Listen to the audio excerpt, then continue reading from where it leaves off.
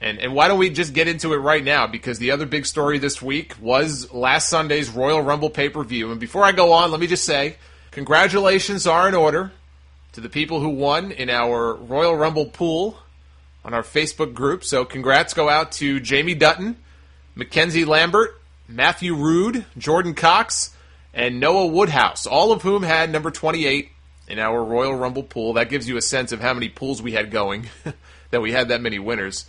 And how many people participated, so thank you to everybody who did.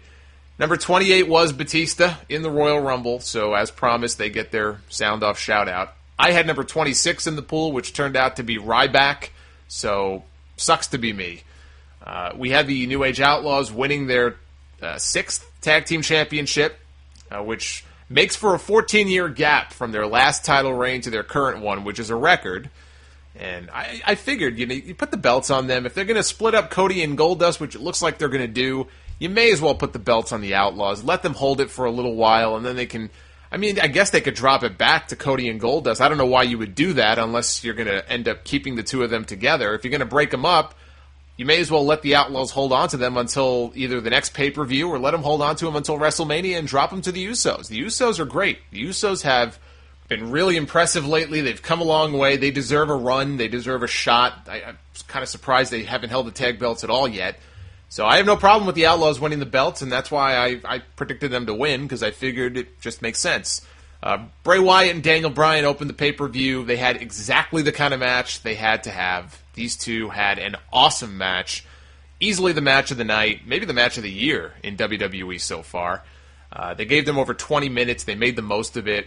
Bray had the best match of his career, and the right person won. Especially if Wyatt is facing John Cena at WrestleMania, the fans have to take him seriously at that level. There really was no other outcome. I have no problem with Bryan losing the match. I would have booked it the exact same way.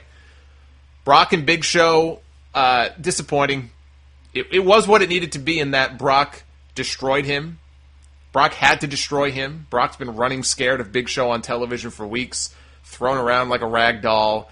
And in that respect, it worked. But the match itself, I expected more. It needed to be short, and it was. But I was hoping they'd have something of an actual match. And the chair shot assault went on way too long to the point where it felt uncomfortable. Kind of like Brett waylaying Vince McMahon with 13 chair shots at WrestleMania that one year. The crowd crapped all over Cena and Orton right from the outset. Chants of Daniel Bryan. We got chants later on of boring, Y2J, end this match, this is awful. It wasn't awful, but it was no different than the house show match I saw them have at Madison Square Garden after Christmas. And actually, that match was better, except for the cheap low blow finish. To be honest, I gotta say, with Cena and Orton, they have had good matches before. I just don't think the two of them have very good chemistry together. I really don't. John Cena and CM Punk have great chemistry. Stone Cold and The Rock had great chemistry. John Cena and Randy Orton do not have good chemistry together. Now, they did an angle where Randy Orton not only beat up John Cena's dad, he broke the guy's orbital socket.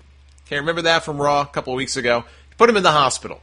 So how does John Cena react to this? He comes out wearing neon armbands and a glow-in-the-dark shirt, and he starts the match with a collar and elbow tie-up. It's like, really? Where's the fire? Where's the passion?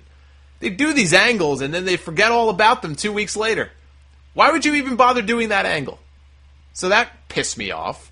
And then, remember, we were told there would be no interference in this match. I mean, technically, I guess you could argue they didn't interfere. I think that's splitting hairs. But we have the Wyatt family come out for the distraction. Orton nails the RKO, gets the pin, and Bray Wyatt lays out John Cena with Sister Abigail. So there's your WrestleMania match for John Cena. I have no problem with him not being in the championship match this year at WrestleMania. It's a welcome change. So then we have the 30-man Royal Rumble match. Just some quick notes I jotted down here, the important stuff.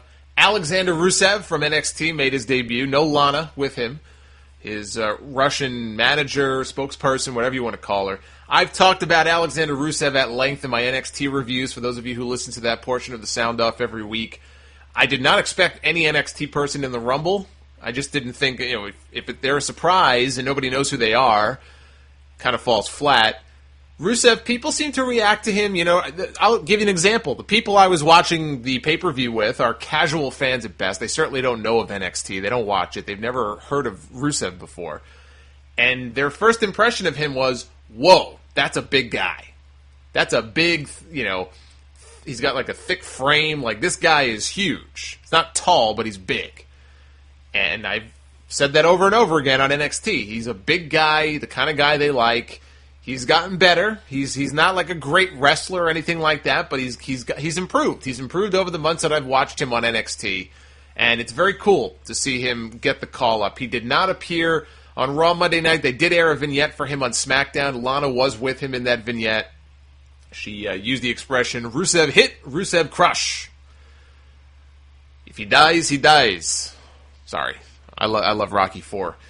So we'll be seeing more of him soon on TV. Other surprises, we had Kane, who was not announced. He was in the Rumble wearing slacks and no shirt. Kevin Nash as Kevin Nash and not Diesel, with NWO music, and who botched his own elimination, which was hilarious. Got caught in the ropes on the way out. Sheamus was in there, as I figured he would be. JBL had a very brief cameo in the Rumble. And El Torito. I almost forgot about the Matadors. Talk about a team that's fallen off the face of the earth. So Torito gets the spot in the Rumble, not Hector or Juan or whatever the fuck their names are. What are their names? Fernando and Diego. I'm sorry. Fernando and Diego. Right. They were observers on this night. Torito got in the Rumble itself. So to recap, they have spots for a midget, an announcer, and Kevin Nash, but not Daniel Bryan. So you could see why a crowd chanting the man's name would be a little upset. Kofi Kingston had his big annual leaping spot. He's like Sonic the Hedgehog every year, trying to stay out of hot lava. And, he fell into the arms of Alexander Rusev, who had already been eliminated. And instead of dumping him on the floor, Rusev sets him down on the barricade and delivers some knees to the kidneys, and then leaves him laying on the barricade and walks away. So Kofi did a leap that had to be a good 10 or 11 feet from the barricade to the ring. They showed it in slow motion, and he made the jump. Like, he definitely, he cleared it enough, but still, he kind of landed on like the front part of his feet where it looked like he almost missed the apron. It was so close, so it looked awesome, and that's kind of what he's known for now. Every single year they do that spot. Maybe one day he'll actually win it just to swerve everybody. I don't know. But Goldust accidentally eliminated Cody, then he got dumped out right after. They still haven't really teased much dissension between them since then, but I'm sure that'll play into things going forward. Someone had a Hall & Oates sign in the crowd in Pittsburgh, so I love you, Pittsburgh. That was awesome. Dean Ambrose tried to eliminate Roman Reigns and failed. Ambrose got yelled at by Rollins, so this would play into the eventual split between the Shield, although there was no sign of tension between them at all on Raw Monday night. So I guess it was just on the back burner for 1 week. Reigns did end up dumping both of them out. He broke Kane's 2001 record by getting 12 eliminations. And then there's Rey Mysterio. Poor Rey Mysterio. Tommy Dreamer actually had an awesome idea on Twitter when the show was over. He thought it would have been really cool if they could pull it off somehow, and it would have been really difficult with all the hair and the lack of tattoos. But put Daniel Bryan under the Rey Mysterio mask and have him unmasked just at the right moment in the Rumble match. Or, as Christopher suggested on our Facebook group page, send Bad News Barrett out there at the number 30 spot to deliver some bad news that Daniel Bryan won't be in this year's Royal Rumble. If they would have done that, if they would have had Barrett as the ultimate troll on this show, I actually would have laughed. I almost think that would have softened the blow and softened the disappointment for a lot of people. Laughter is the best medicine. That would have been an appropriate usage of Bad News Barrett. And I guess they just didn't think of it. Maybe they were worried they would incite a riot if they did that.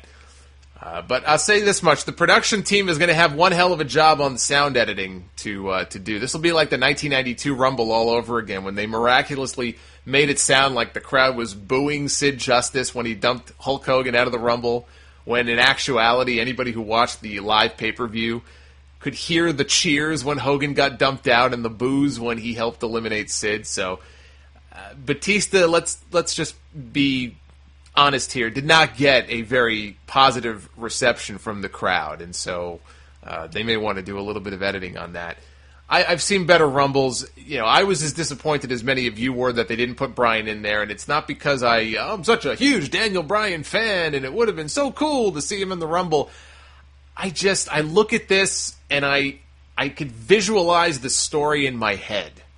And I know now, he's in the Chamber match. They had that qualifier, the 6-man on Monday night, and so he's in the Chamber.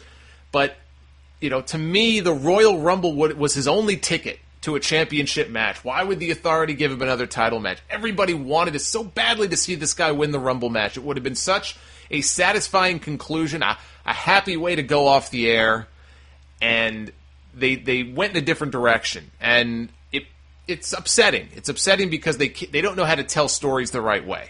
All Vince McMahon loves to say, we tell stories, right? We make movies. It's like little mini movies that we make on TV every week, and we tell stories. Well, guess what? Your story sucks, dude.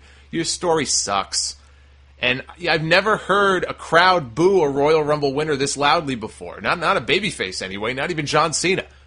That's the reaction that Batista got last Sunday. Now, it was cool to see Roman Reigns get a lot of love at the end of that Rumble. It came down to Batista and Reigns. Reigns had the 12 eliminations. And at that point, when people realized, oh shit, Bryan's not coming out, they were very upset. They shifted their support to Roman Reigns. So we got Roman Reigns chants, Batista gets booed, and then when Reigns got dumped out, it kind of, everybody was all deflated and very upset. But it was still cool to see Reigns kind of, get that monster Superman spot there at the end.